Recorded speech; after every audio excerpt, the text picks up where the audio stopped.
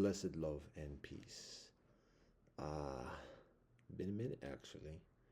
This might be the one and only recording from this week. Maybe. Actually, I think it is actually. I don't recall. And I've deleted everything else from the immediate hard drive here. So it's the only one we got on the record. Anyway, and to be honest, the intentionality originally with this joint is to do it in the daylight. Try diligently to do it in the daylight, but now we're doing it now.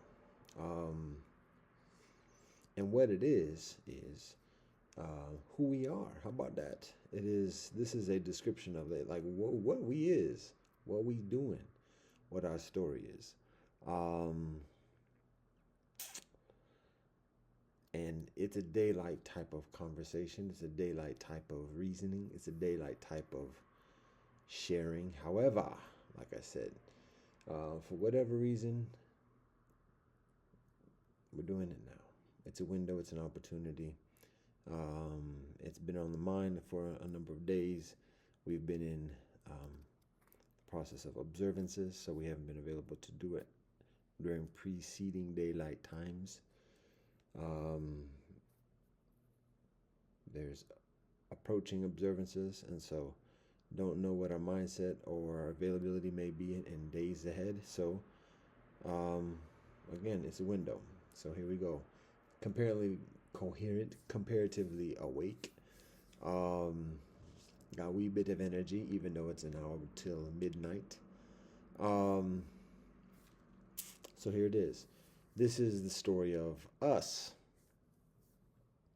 To give some immediate context, two things. One is that watch some recent joints on the interweb, the social media things, and see some like interesting things from bloggers and talking about religious community. I'm not going to be too specific because I'm not trying to get too. It's not necessarily the point.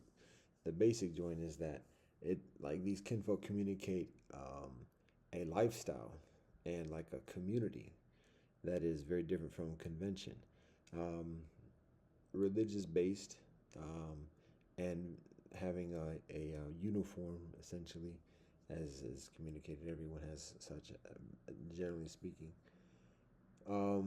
But it's like, who are these people? Like, what's their story? Like, I mean, I guess we're trying to figure out what box to put kinfolk in, or whatever. But just like, what's the narrative? Like, is this actual? Is this like a stunt? The game is the levels in the game in terms of game on the interweb is like, it's beyond what we actually are trying to think about. So when we see things that look like normal, like people actually do this, it's like, is this the new Hollywood? Anyways, so we look, as is the protocol, at ourselves. Like, yo, all these things I'm posting up, kinfolk can say the same thing. Who's this dude? What's he on? Like, what's his story? Is he a plant? Is he a puppet? Is he a this or that? Are they this or that? Because kinfolk, I say we, kinfolk around me too. So what's this all about? Particularly because it's usually just myself in these joints being presented or doing the presenting, be that as it may. So who am I? What's this about? What's the story? What's the context? And that's probably what's the context and what's the relationship? What's the purpose? And what's the proof? Like, all that. And that's best conveyed, that's best articulated through just sharing our story. How genuine, how honest that story is.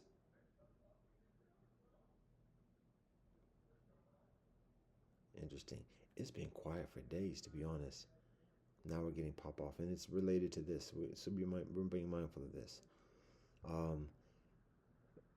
the psychic communication is surreal. It's almost Twilight Zone-ish, to be honest. Um, and it's particularly Twilight Zone-ish because people seem to be aware of it, but at the same time, like, out. And that's part of what we're talking about at the moment. We got things to say, we got things to share, but at the moment, the point of this joint, as I'm dealing with or assessing what's going on in the midst around me, um, the point for this joint is to share our story.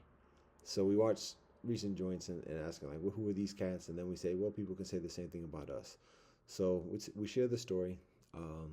In sharing the story, there's tangibility, there's context, there's relationship, there's an articulation of purpose, and then people can feel the vibration, people can feel the energy, and assess how much of it is genuine and this, that, and the other, and within each's own respective perspective.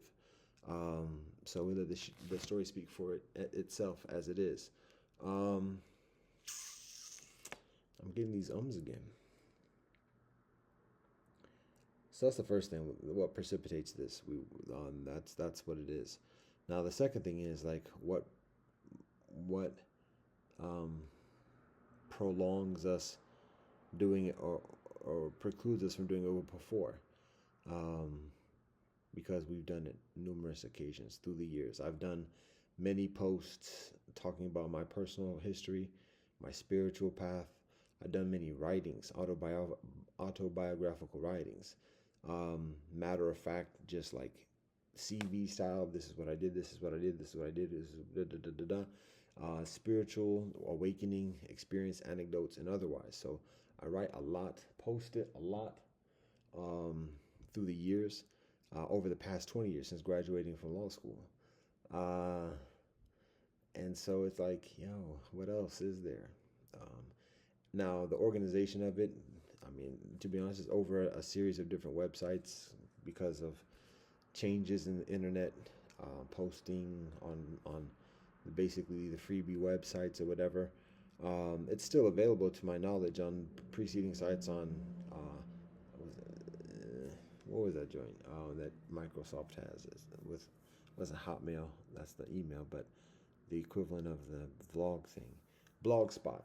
Blogspot, WordPress, and da da da da da. We have a number of joints on those different platforms. YouTube, I used to have a YouTube channel, personal YouTube channel in my name. However, a number of things happened. One, interaction with Sistren, and challenges and putting myself on blast in that respect. That's less of the reason per se of me stopping or canceling that previous channel. The primary reason is because of YouTube beginning to post commercials for all types of posts, regardless of whether it was monetized or otherwise. And so because of that, I had literally thousands of videos on the preceding joint for over 10 years. And I tried to, like, recoup it all, but couldn't. Yeah. A lot of it is already archived. I generally save things through the years. However, some things through the years I just post directly. So I was trying to save it all, but at some point it's very difficult to save thousands of videos. Re-download them before deleting the channel. So eventually just delete the channel. Much of, well, those autobiographical joints, some of them are still available, I presume. I reposted some things on this Mélanger. I don't know what this is called. Mélanger. I'm trying to remember what this channel is called. Mélanger something. So I repost some things. I actually repost a lot of things on this channel, basically as resources, about what we do and what we share, what we learn, particularly to continue in this walk. So anyways, the second joint I said is that we've done this before, written as well as video. We're getting signals again. Written as well as video. Recognizing how agitating this. I'm not even online. I'm not even on the Wi-Fi or anything. I'm just recording this to the video or to the hard drive on this laptop at the moment, but even then, recognizing how the dissonance that even this causes, because I haven't done anything on the computer pretty much at all for the past week, and around here it's been very quiet. And just as I begin doing this, now we're watching things get a little bit agitated. So just being mindful of this, recognizing that. So continuing with what we have at the moment. So we recorded a number of autobiographical things through the years, written as well as video, audio, and that's what prolongs us not sharing something recently in terms of that update or whatever. And yeah, don't sweat the flossy. Come on, this is original. Anyways, it's not the flossy. It's the is it the drippy? Am I drippy? Yeah. Flossy, swagger, whatever the terms are. Don't say fleek. Don't say on fleek. No, no, no. But anyways, it's unnecessary to sweat it. I know. Oh. Wait, hold on. Look at this. Come on now. I don't even know if this is halakhically acceptable. So, don't sweat it. All right. Continuing on. So here's our story. Now, the way I'd share this story is 3 layers. Because we're going to talk about 3 different entities, 3 different phenomena of who we are. And I'm not going to, this ain't about my personal spiritual path. This is about we, explaining who we are, because I get that frequently through the years to this day, even in this past day. And it's a legitimate question, as we always communicate. However, it's very difficult to define specifically.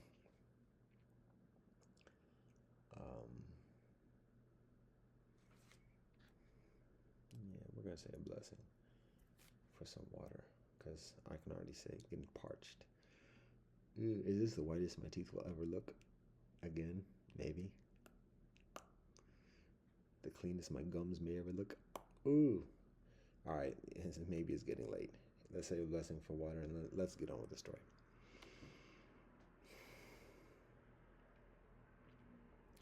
Bismillah ar-Rahman ar-Rahim. Allah wabha.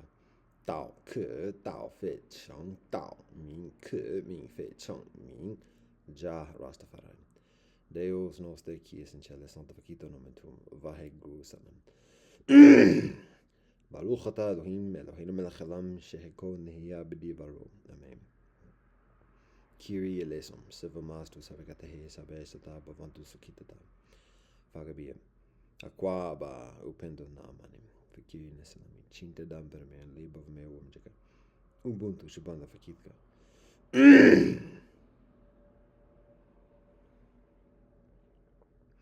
Sheshe. Gomasinida domo arigato pilama yela walking toko shingun. Oh my God, we thank you for all that you bless us. Ata jamya yata afanami. But oh, shanti. Amen.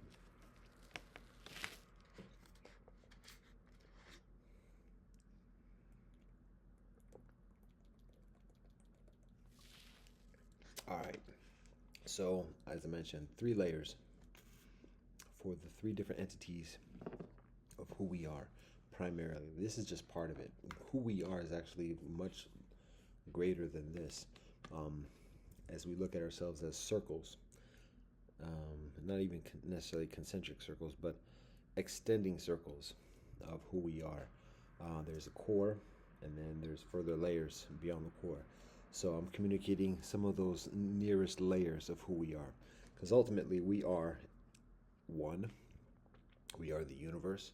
We are everyone, and that's not hype. That's not cap.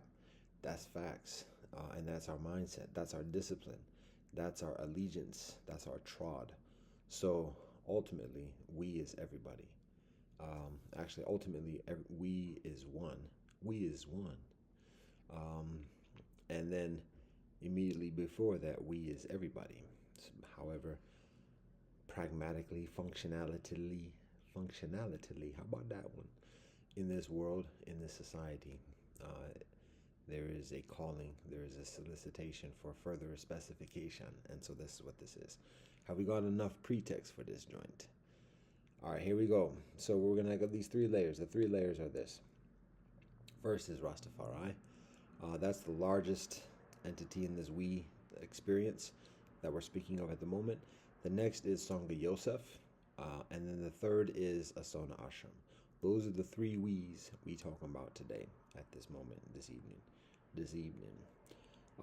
So just one brief intro for each one before getting into the further details. Rastafari is an Afrocentric mystic experience. It's beneficial to recognize that it's not a religion. There's not a specific dogma. There's not a specific standard. There's not a specific creed for Rastafari. It is a mysticism. There's not recruitment. There's not proselytizing.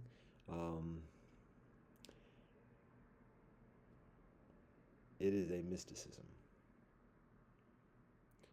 So the lines and gatekeeping and everything else like that, it's very much a gray area. Now there is certain definite fundamentals and rootedness of Rastafari, but like I said, it's a mysticism. So that's the larger we that we're talking about at the moment. Sangha Yosef, which is the second we we're talking about today, God willing. Sangha Yosef is a community. There are 3 mansions within Rastafari: Bobo Shanti, Nyabingi, and 12 tribes. And then there are a lot of temples. There are a lot of houses within Rastafari, smaller communities within Rastafari. So Sangha Yosef is a very new, smaller community within Rastafari, consisting of members who are descendant from Yosef Abino, Yosef ben Israel. So, which is one of the ancient ancestors of the tribes of Israel. So that's Sangha Yosef, a community within Rastafari. Then Asana Ashram is a congregation within Sangha Yosef. So those are the 3 we's that we're talking about at the moment. So after 17.45.46.47 seconds, minutes, here it is. Rastafari. Rastafari first is the name of a prince in Ethiopia, born over 100 years ago, 120. What would he? 128 years ago. My mathematics is specific. In Ethiopia. And this prince is born within the lineage and the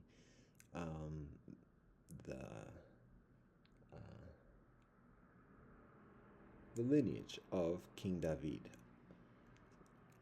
and Menelik, Solomon Menelik specifically. Rastafari is a term in Amharic meaning prince. Tafari means one who amazes, and then Ras is a term that means prince. So the prince, one who amazes. That's what actually Rastafari means. It is that this person's name at a certain point in this temporal life, in this temporal realm. Rastafari later becomes king of Ethiopia. And in becoming king, as is the case in many customs and many traditions, he acquires another name. And that name is Haile Selassie. That specifically translates to the power of the Trinity. So Haile Selassie, as well as Rastafari, who he is before that, is a devoted member and practitioner of the Church of Ethiopia. And so he proclaims a faith that is Christian. uh, whilst also being a descendant of David within the lineage of Israel.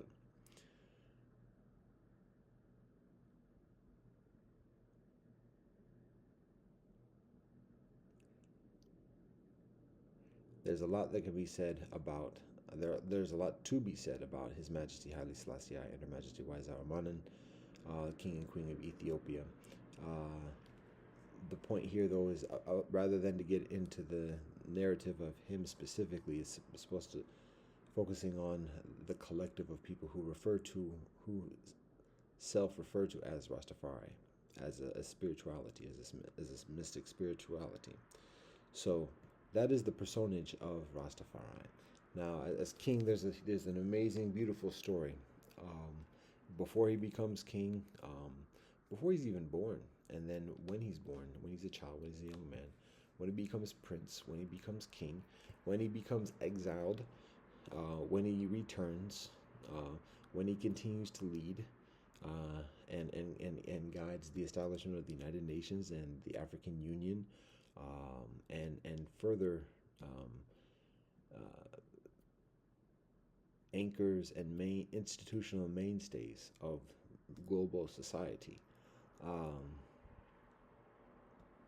an amazing, inspirational, and necessary story, narrative, teachings, and guidance. So that's some of who Haile Selassie is, and that's some of who what Rastafari is specifically. Now, that being said, again, him being born 128 years ago.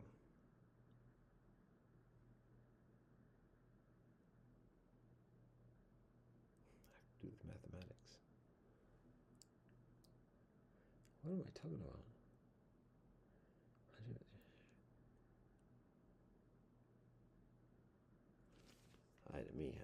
Now I'm feeling the lateness now when I try to do this mathematics.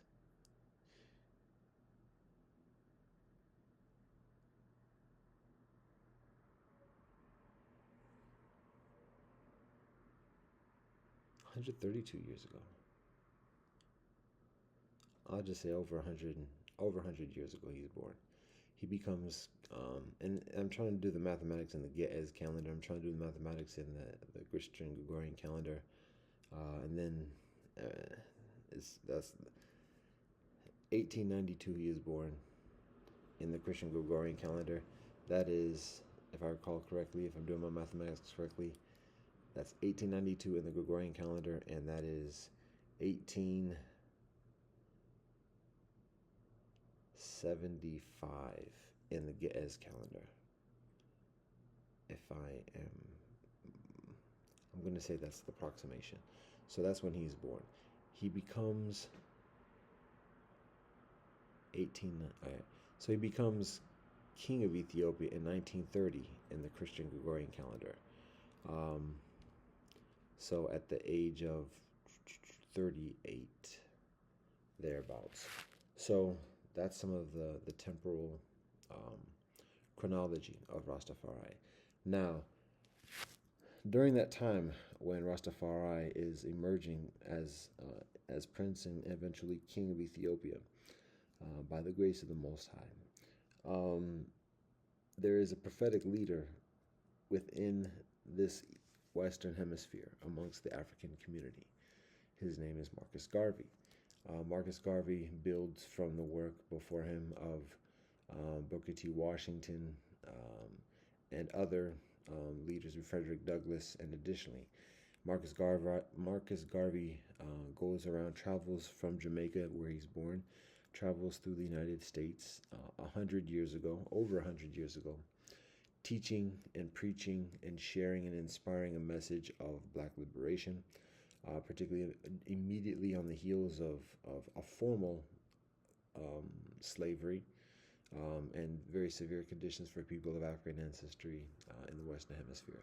He goes around and preaches black pride, knowledge of Africa, returning to Africa, repatriation, um, the divine presence of God existing within black people, contrary to conventional proclamations.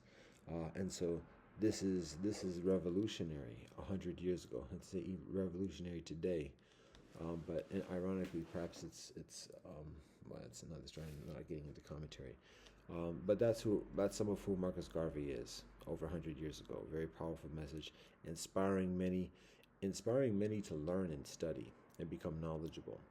Um, and one of the things that Marcus Garvey proclaims is for kinfolk of African ancestry to look toward Africa and to look to a king emerging in Africa who provides, particularly African kinfolk in the Western Hemisphere, guidance about being sovereign and returning from slavery into the sphere, into the realm of the world, into the theater of the world as men and women, with proper mindset, proper knowledge of self, and learning again the discipline of sovereignty, the mindset and the discipline of sovereignty.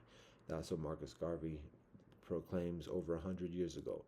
Then, a few years after that, when Haile Selassie is crowned King of Kings in Ethiopia, many people, particularly within Jamaica, see this as a fulfillment of the powerful message and clarion call that Marcus Garvey proclaims years before that. Now, and many of those kinfolk begin to identify as Rastafarians um, in Jamaica. Now, in Jamaica at that time, there is a considerable confluence of um, teachings and guidance and culture and practices. There's a strong presence in doctrine of Christianity. That's the familiarity. Many of the leading initial leaders of Rastafari, including Leonard Powell, I always flummox the family name with no disrespect. He is a preacher. He's learned in the Gospels and the Bible. That's much of the culture within Jamaica at that time. So that's part of the heritage that is cultivated within Jamaica at that time. Jamaica being the land of the Carib people, the native of the Caribbean Sea, with neighbors of the Arawak and the Taino, and additionally. So that factors into it as well, that experience of indigeneity, particularly when looking at the heritage of the Maroons in Jamaica. So there's the native experience within Jamaica. There is the Christian conventional teachings of Jesus, as well as the Bible, Torah. There is the black consciousness that's emerging within Jamaica. There's African traditionalism, spiritualism within Jamaica as well. And part of that includes Nyabingi. Nyabingi is a queen of Uganda, East Africa, but it's also, Nyabingi is also recognized as a um, a, a, a spiritual awakening. And I'm getting maybe a little bit off topic in terms of speaking about Rastafari, right, specifically, but this gets into the tangibility of the personages of Rastafarians.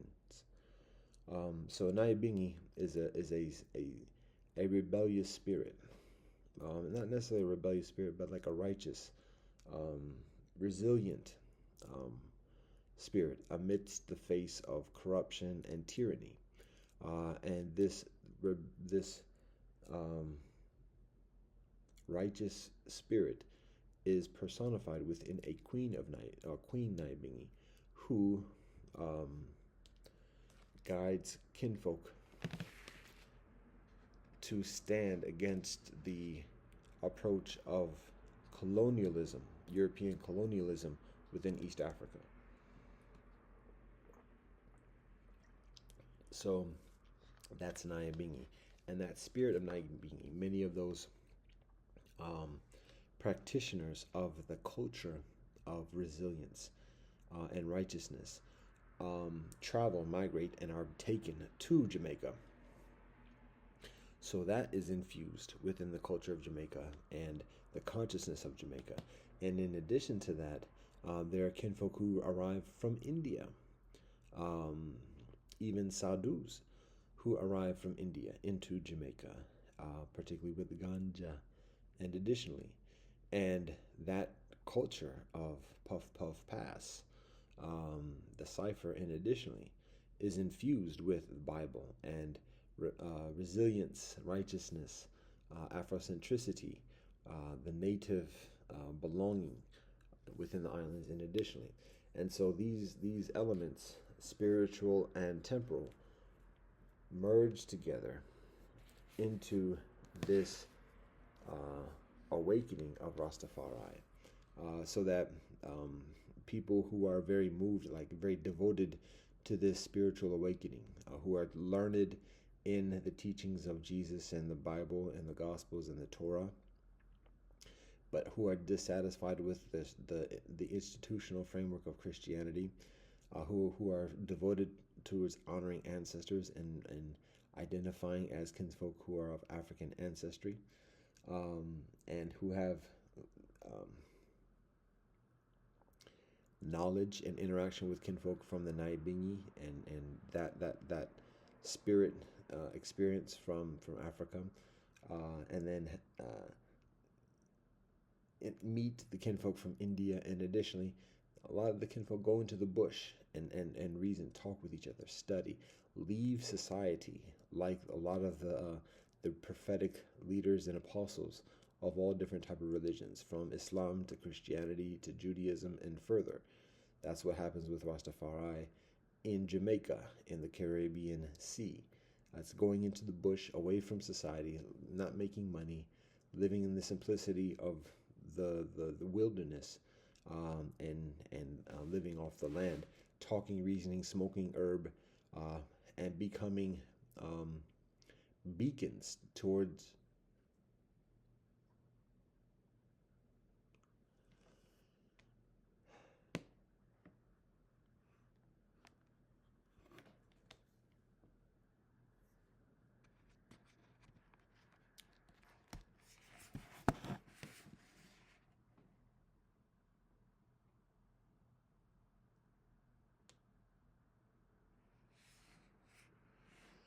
the computer is my flashlight at the moment.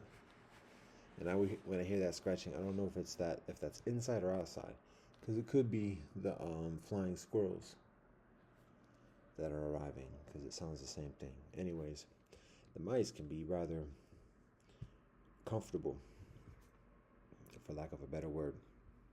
Sometimes I gotta let the mice know, yo, we're not cool like that. And I feel bad because the mice look like they feel hurt, like, yo, what, huh? It's been a while since we had that conversation, but it's been like that. Anyways, continuing on here. So these things come together, these different backgrounds, these different lineages, these different messages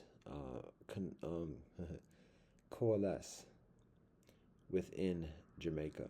And those who are like open to that, who are responsive, with whom it resonates, like go into the bush and like get into it, serious, in terms of study and discipline and further. And that is what Rastafari is, at the beginning stages. And that begins maybe about 80 years ago, 80 years ago. And there's persecution in Jamaica, particularly in mid to the 50s, and I'm talking about in the Gregorian calendar at this point. There's killing, there's ostracization, stigmatization, casting out, forsaking of Rastafarians, outlawing dreadlocks, shaving, locking people up, beating people down, and otherwise persecuting Rastafarians. And there are a number of specific episodes, a number of specific incidents, and even atrocities against Rastafarians. And part of Rastafari is being peaceful, is not being combative, and that's the general policy. There's occasions when kinfolk rise up, but for the most part, it's just being beaten down, having a spiritual message, being independent from the mechanisms of subordination of conventional society, and because of that, being seen as threats and then being persecuted accordingly. That's the history of Rastafari in Jamaica 80 some odd years ago.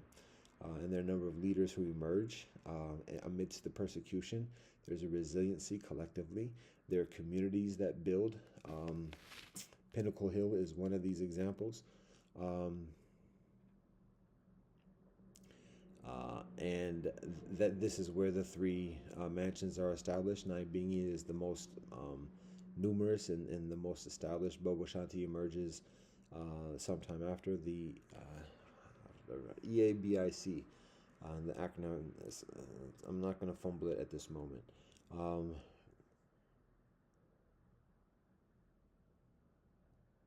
Ethiopian African Black.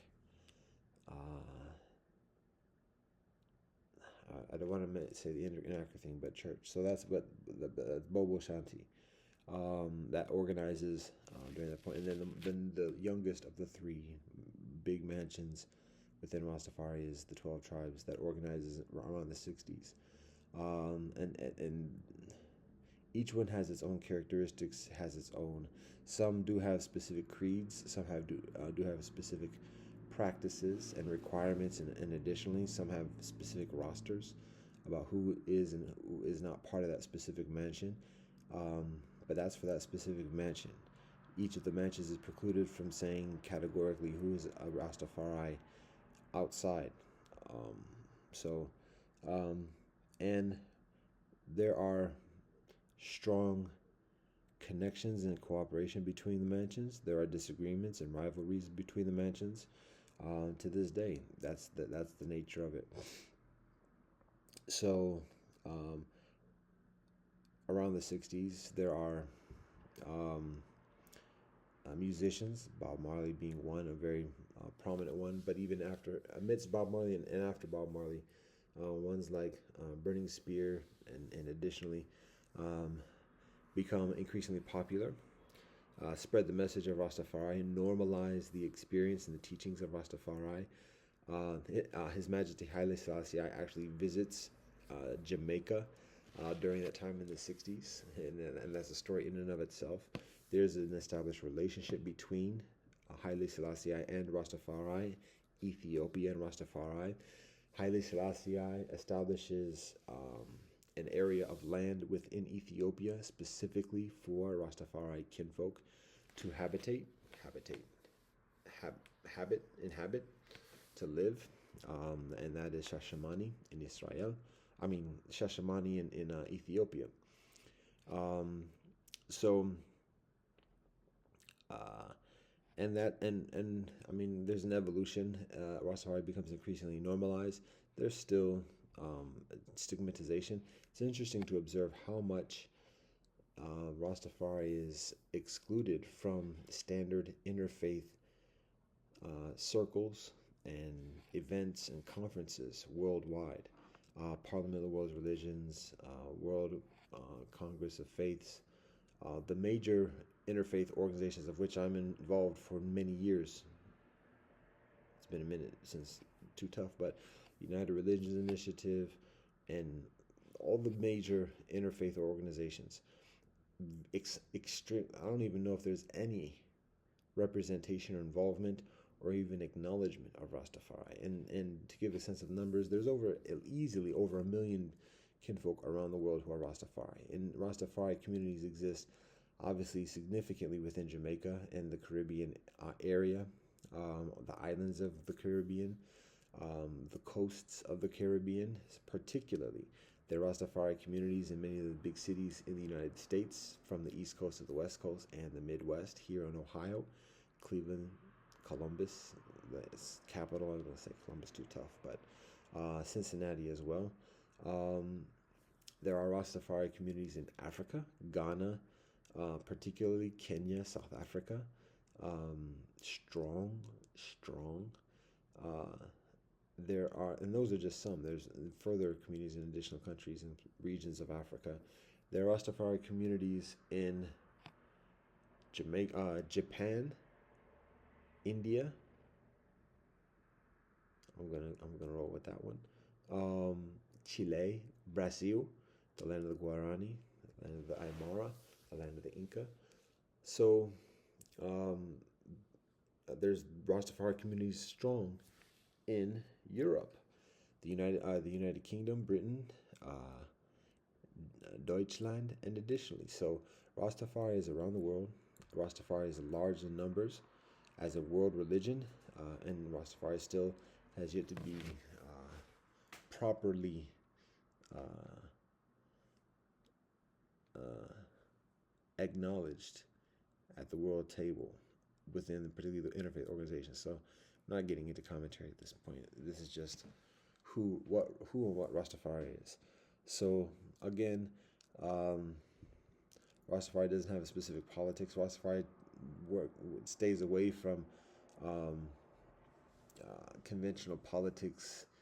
And I mean, there's part of Rastafari culture is recognizing the experience of Babylon, the corruption of civilization as it's particularly manifested and epitomized within the experience of the city, the metropolis, but just in terms of like just conventional society in general. So there's a very strong leeriness, suspicion towards um, conventional authority and authoritarianism. There's an emphasis of spiritual awakening and spiritual understanding, patience, and some kinfolk say burn fire on the corruption and the authoritarianism. To be honest, there's a lot within Rastafari that try to grab and assume a position within that conventional authoritarianism and corruption, and some that just is like, well, we have to have that uh, that parental love of patience and sternness in dealing with the rebellious children of the Most High Elohim. So the point is, there's an absence of any particular specific exclusive political slant or agenda within Rastafari. There is an emphasis of justice. There's an emphasis of truth and peace, as it is pretty much in every religious community. But particularly within Rastafari, there is an Afrocentric um, heritage. There's an Afrocentric consciousness, and that shapes significantly these these proclamations and precepts of honesty and justice and fairness, coming from the experience of historic enslavement and liberation from that enslavement and further. So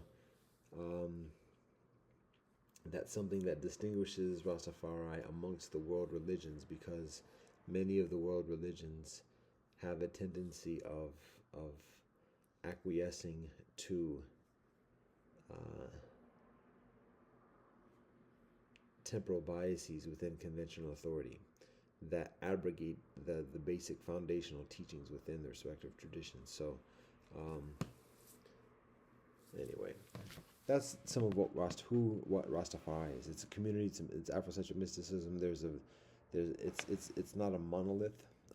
There are things that bring it together, but there's a wide variety of politics and ethnicity and beliefs, doctrines, practices within Rastafari. There's over 1 million, at least. Rastafari don't keep records too tough, so it's difficult to say definitively how many there are. We could say 2 million, we could say 3 million, we could say even 10 million. And at the same time, we're precluded from saying any or limiting it at all, because we are precluded from definitively saying who is and who is not. It's a matter of self-identification. There are many kinfolk.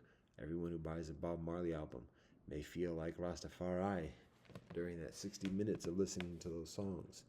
And there's a certain amount of legitimacy within that. So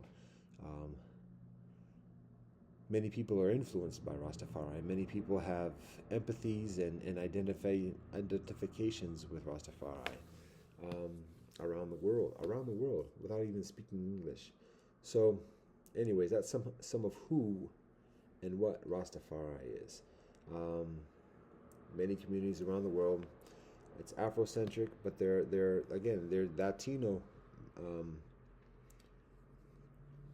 Latino, or basically Latino, um, Rastafari communities in Brazil, in the land of the Guari, in Chile, in the land of the Andes, or the distant lands of the Inca and further. So they're Japanese Rastafari in Japan. Um, so even in being an Afrocentric spiritual mysticism, there is, and whilst many of the majority of the kinfolk within Rastafari are straight up African, and there is actually a very, within many Rastafari, not all, and maybe not even most, but within many Rastafari there is a very strong, could say even militance concerning black, um, well, supremacy is a strong word, but there is a certain theology and philosophy within a number of Rastafari um, groups um, that is along those lines. So, anyways, that's some of the gist of Rastafari. That's what I want to say with that. So there's that. Song of Yosef. Who and what is Song of Yosef? So first we talk about Yosef Avinu. Yosef is the 11th son. Yosef Avinu is the 11th son of Yaakov, of Jacob. Joseph is the English pronunciation. Joseph is the 11th son of Jacob. And trying to think how much to share about this narrative. So Joseph is the Jacob, his father, his far, has four wives. Rachel and Leah are the primary wives of Jacob. Most of the sons that are born onto Jacob are born from Leah, the eldest daughter. The two, Leah and Rachel, are sisters. Rachel, the youngest sister, is the favorite wife of Jacob. However, she is barren initially. So there are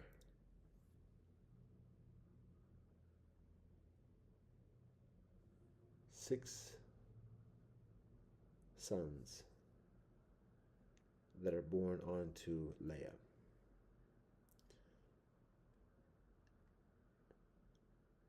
Two sons born with another wife, two sons with another wife, and then eventually one son born from Rachel, and that is Joseph.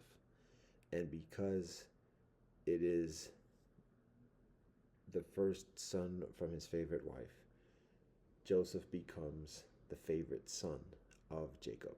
And by the time that Joseph becomes a young man, a teenage boy, teenage man, his older brothers, who are grown at that point, are envious of him.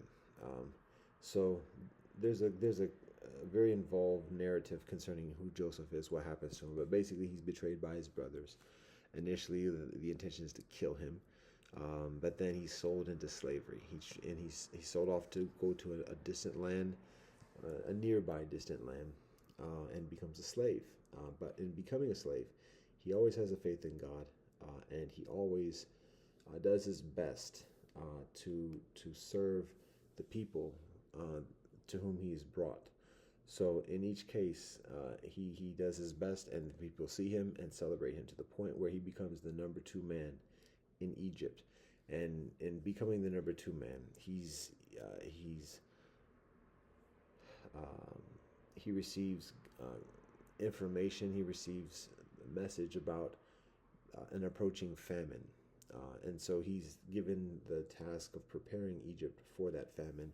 When the famine hits Egypt, it hits the region all around Egypt, even the land where Jacob and his sons live, so it's that they have to go to Egypt to get bread.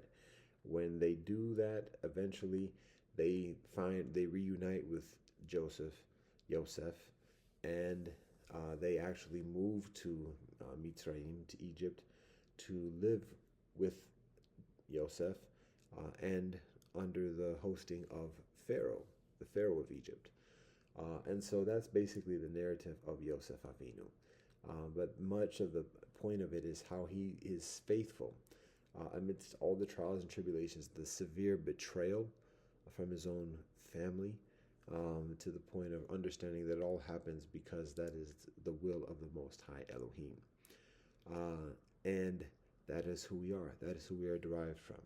So to fast forward that narrative of Yosef, years pass, the children of Israel continue to live in Mitzrayim, in Egypt. Eventually, another Pharaoh emerges, and that Pharaoh doesn't have the same knowledge about what Yosef Avinu does for Egypt.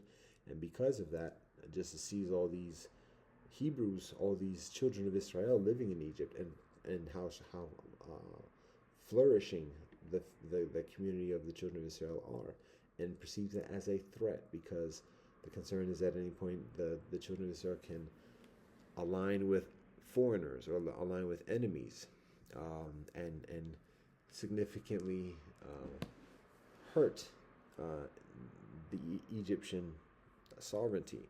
So because of that, the children of Israel are enslaved, and this happens over a number of generations later, and eventually the children of Israel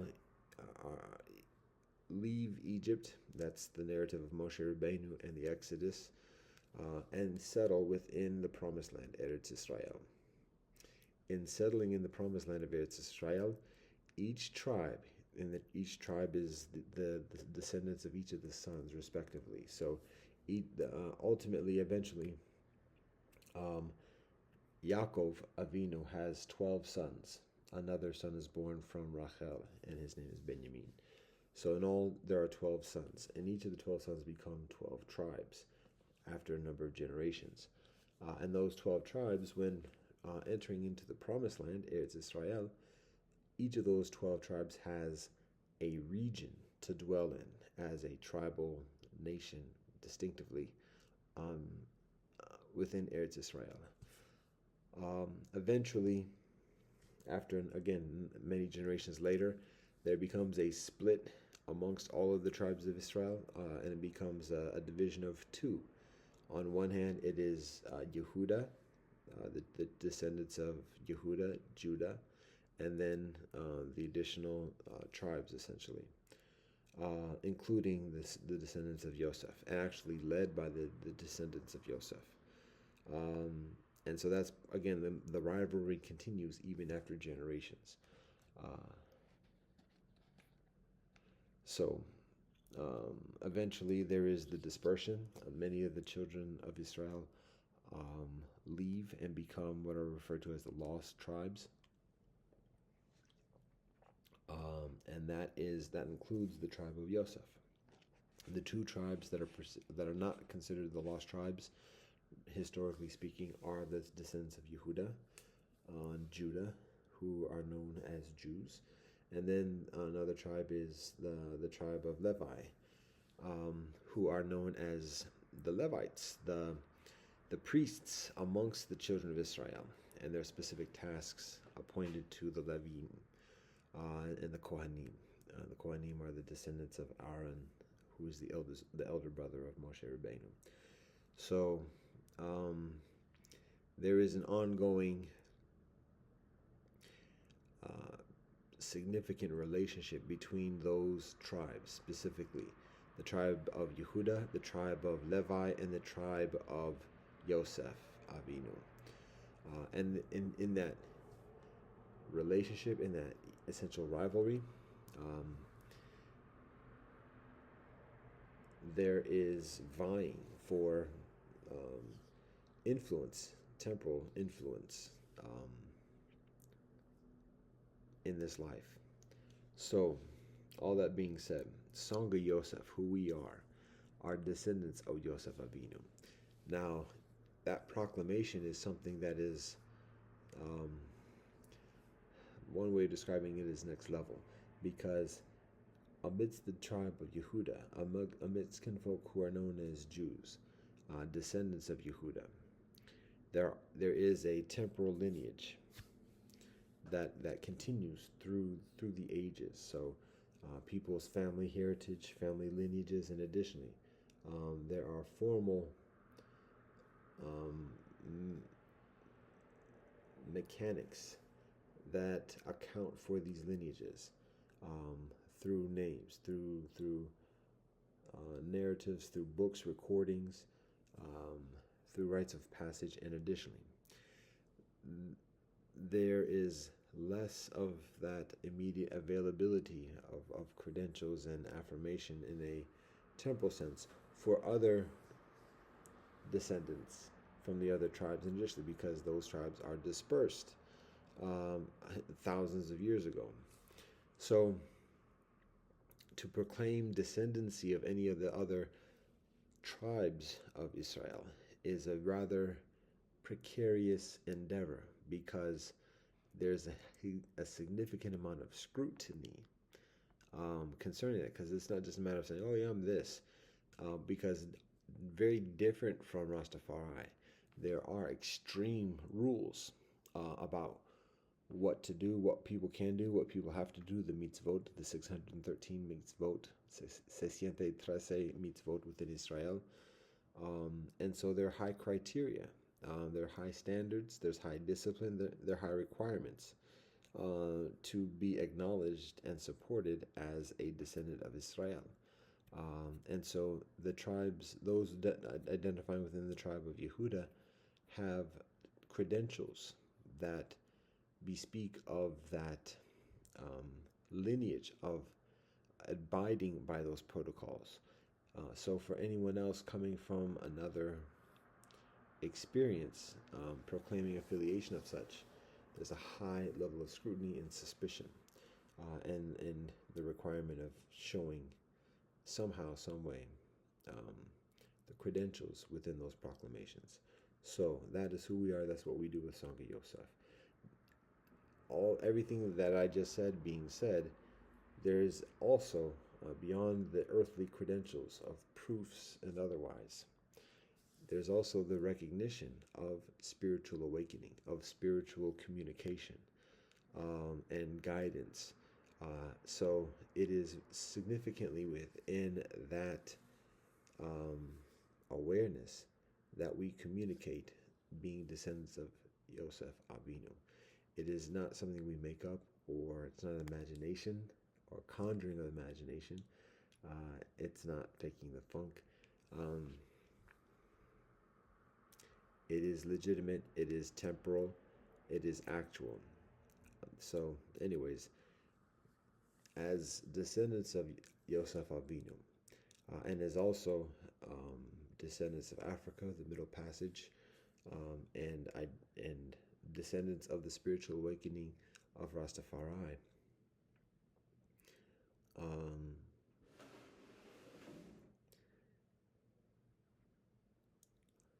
That is how we.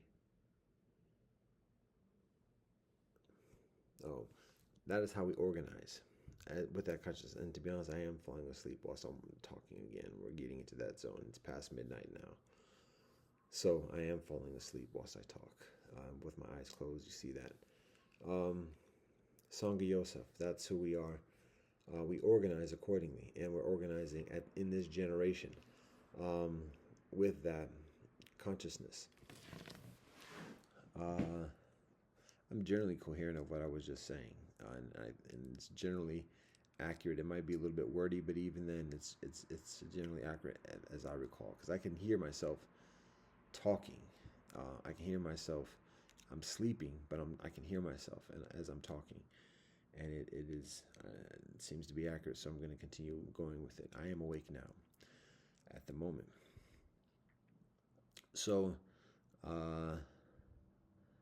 we are descendants of Yosef Avinu.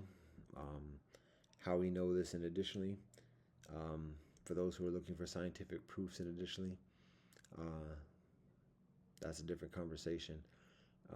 We communicate this. It's a temporal actuality, but for the explanation of it, it requires a spirit. It's a spiritual conversation. So, for those who are less spiritually inclined, meaning like inclined to having a spiritual conversation, that's fine.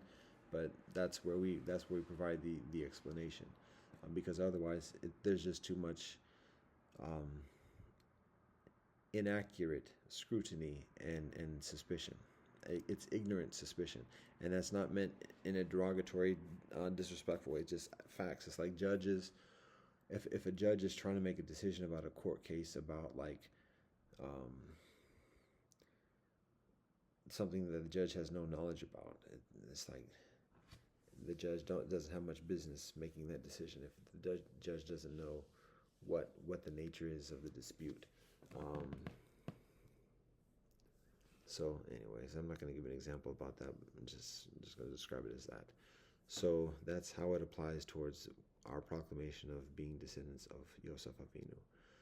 Um, for those who do have that spiritual knowledge, one, those who genuinely have that spiritual knowledge don't challenge that and don't doubt it. Might have questions and ask like matter of factly, but actually have an interest of encouraging that and supporting it. So those without spiritual knowledge and proclivities are those that have the scrutiny and try to disprove that. So we have less of an inclination of talking with kinfolk who are bent on disproving things. It's not a matter of being evasive or whatever else, but um, it's difficult to see, to observe, or to acknowledge, or perceive, or um, it's difficult to recognize anyone who is in a rightful seat of judgment um, concerning such scrutiny. So that's significantly the reason why there's less of an interest or a proclivity towards entertaining a rationalization or reasoning with such scrutiny. That may seem very convenient, but there's only so much we have available to do in this life. So, anyways, that's some of what who Sangha Yosef is. So we organize. Now, within Sangha Yosef, doesn't mean that everybody within Sangha Yosef is proclaiming direct descendancy from Yosef Avinu. However, the factors that precipitate Sangha Yosef are guided and led by the actual descendants of Sangha Yosef. The descendants of Sangha Yosef are the hosts of Sangha Yosef. So that is who Sangha Yosef is. And so Sangha Yosef builds specifically within Rastafari strong congruence between the narrative of Yosef Avinu and the narrative of Rastafari. How about that? Even though technically and actually Rastafari is a descendant of Yehuda. When I'm talking about the strong connection between Rastafari and Yosef Avinu, that is a temporal relationship, but I'm also referring to Rastafari as a community and Yosef Avinu. So, Sangha Yosef is a community of kinfolk hosted and led by kinfolk who are descendants of Yosef Avinu. The community of Sangha Yosef is a Rastafari community of collective spiritual awakening, Afrocentric spiritual awakening. That is Sangha Yosef. Now, Asana Ashram is a congregation, a smaller community within the larger collective community of Sangha Yosef. So this is kind of like what is the most tangible.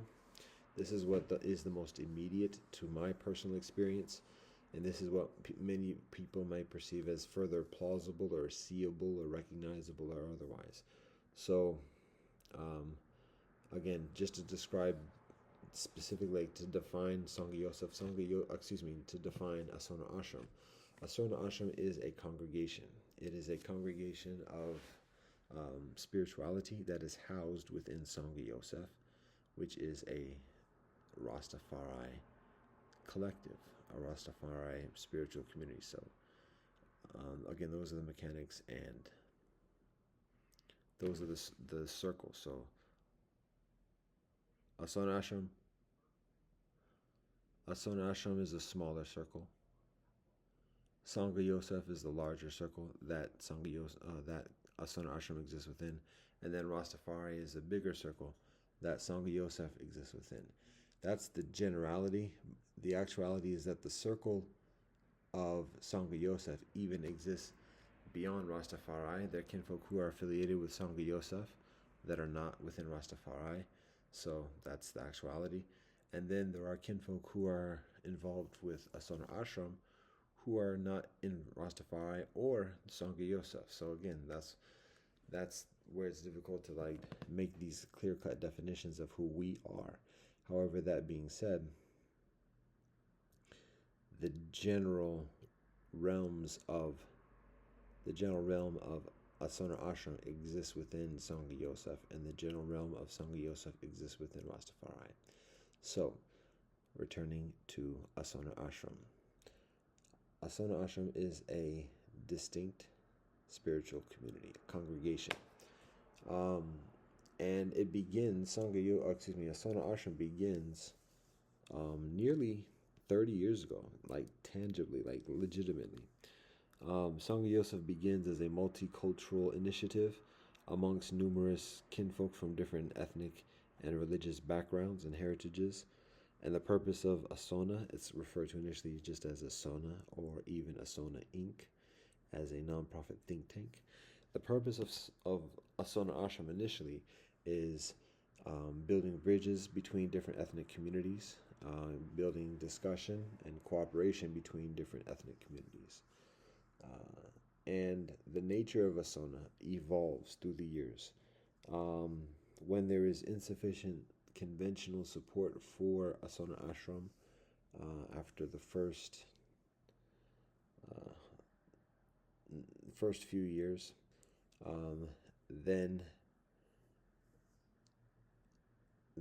Asona Ashram essentially goes on hiatus. But before I get to much of that, it's beneficial to share some things. Basically, I'm starting to fall asleep again. So, again, tangibility, specificity. So, excuse me. I mentioned Asona Ashram being a multicultural initiative amongst a number of kinfolk. I can be further specific. I tend not to say names because try not to implicate people or otherwise call people out, because many of the kinfolk who are involved are in the hierarchy of conventional society, and there's a liability for, in those types of spheres, there's a liability for or concerning affiliation with things like this, because that's perceived as undermining the order that hierarchy is situated upon. So that's why I'm being mindful of sharing the names and being too specific about this. That being said, in the midst of falling asleep,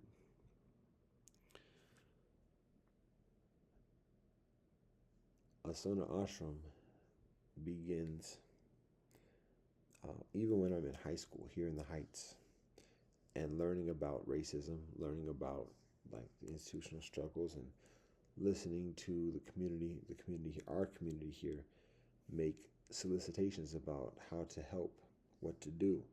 And that is what precipitates me going to Hampton University and HBCU. And when I'm at Hampton, I build friendships and with kinfolk from around the continent, all the different cities, all the different type of cities, from the East Coast to the West Coast, from the South to the North and Midwest and further. And there is a further emphasis and affirmation of the interest of community upliftment. And that precipitates me going to graduate school to learn further about how to do that community upliftment. I study business, MBA. I study law, international law, even constitutional law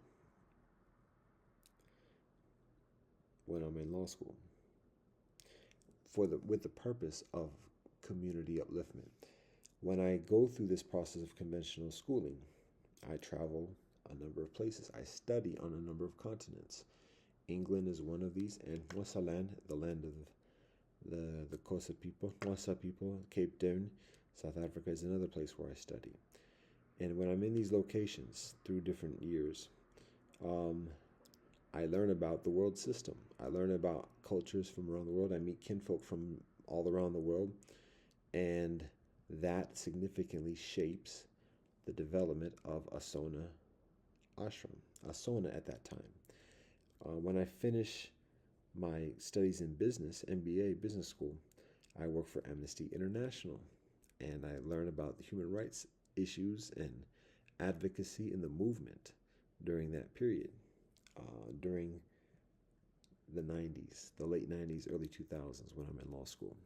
So that shapes Asona Ashram, um, balancing the global knowledge of institutions and elitism with the experience of kinfolk at the ground level. That shapes the foundation and the intentionality of Asona. During that time in law school, we're working to find out how to do this initiative, what's going to be supported, what's going to be relevant, what's going to provide the needs for each community. So it's difficult to answer that because there are a lot of different priorities and there's different disciplines and additionally so. But that's part of what Asona is. It goes through that process from my high school experience going to from private school, to be honest, from my earliest interests of being mixed, and then wanting to learn about different cultures, and additionally, that all shapes what Asona is. Then, and the people that I meet, the people who teach me personally, um, are teachers within Asona, are practitioners and participants within Asona, because that's the formation of spiritual community that Asona Ashram is. Even before it's actually intentionally a spiritual community, it's initially a multicultural community with people from different spiritual backgrounds. So it goes through that process of evolution from private school to public school, from public school to HBCU, from HBCU to business school and World Business School, from World Business School to human rights organization and movement, from human rights organization movement to law school, international law, um, studying overseas international law, and then after when I graduated from law school and refused taking the bar, refused practicing U.S. law, um, and when there is this insufficient amount of support for Asona to be that think tank, the multicultural think tank, to like advance the bridge building between communities, taking it to another level. When there's absence of support for that, then that's when there's further persecution and challenges. But at the same time, that's when Asona takes on a spiritual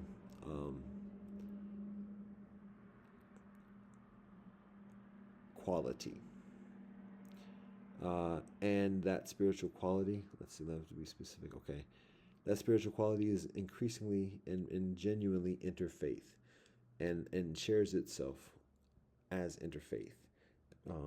And my interaction, my work within the interfaith movement, going to conferences, getting involved in online discussions and dialogue, and cooperatives and initiatives and projects, and additionally in the interfaith movement, all of that shapes the evolution of Asana Ashram. Almost falling asleep. I'm right on the verge. So, um,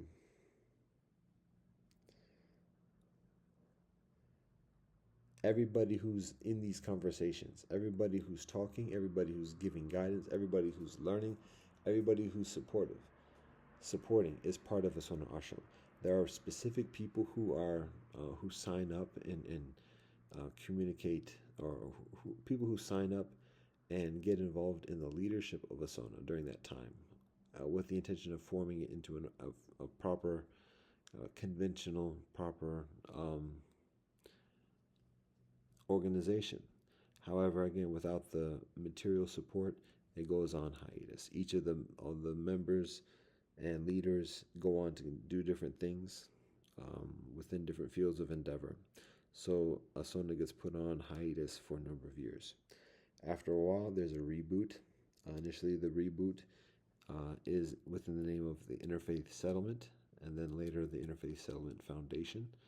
But it's basically the same gist, and trying to find that balance, that proper balance of multiculturalism and spirituality, and particularly with emphasis concerning the mixed heritage experience, as that is what I am. And there's an intrinsic relationship between those things of multiculturalism, spirituality, and mixed heritage. So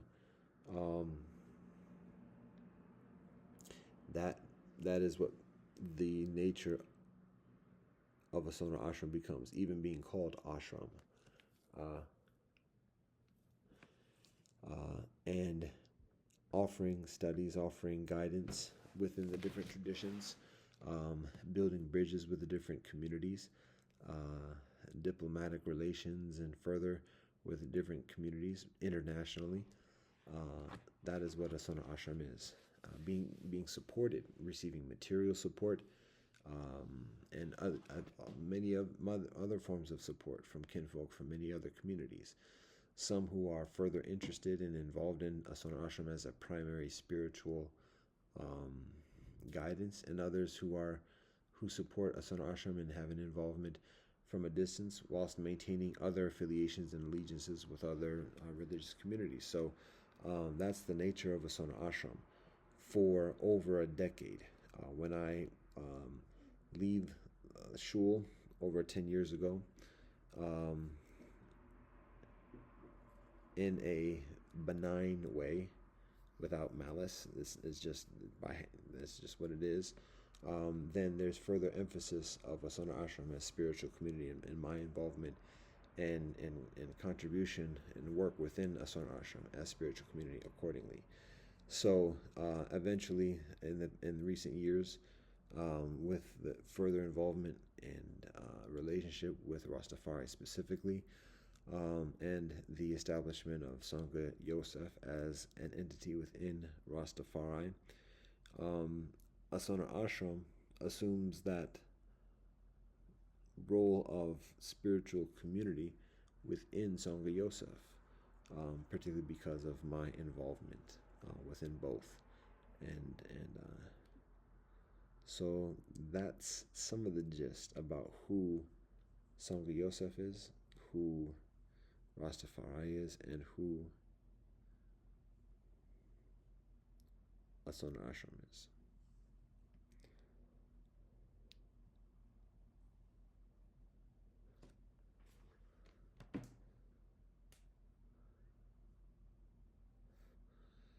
Some of the things I didn't mention in that narrative, in that address or description, is like the notion of intentional, or the endeavor of intentional community, of village, of living as village, through the auspices of Sangha Yosef, through the auspices of Asona Ashram, and additionally, that is there and that continues.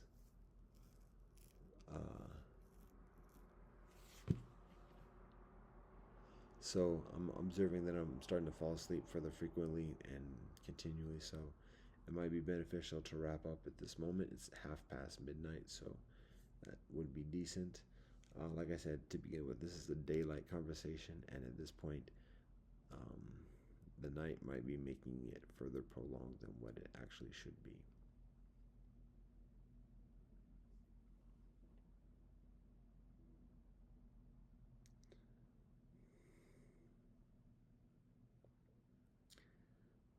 There's much additional that can be shared that is beneficial to share. However, at the moment, we keep it as it is.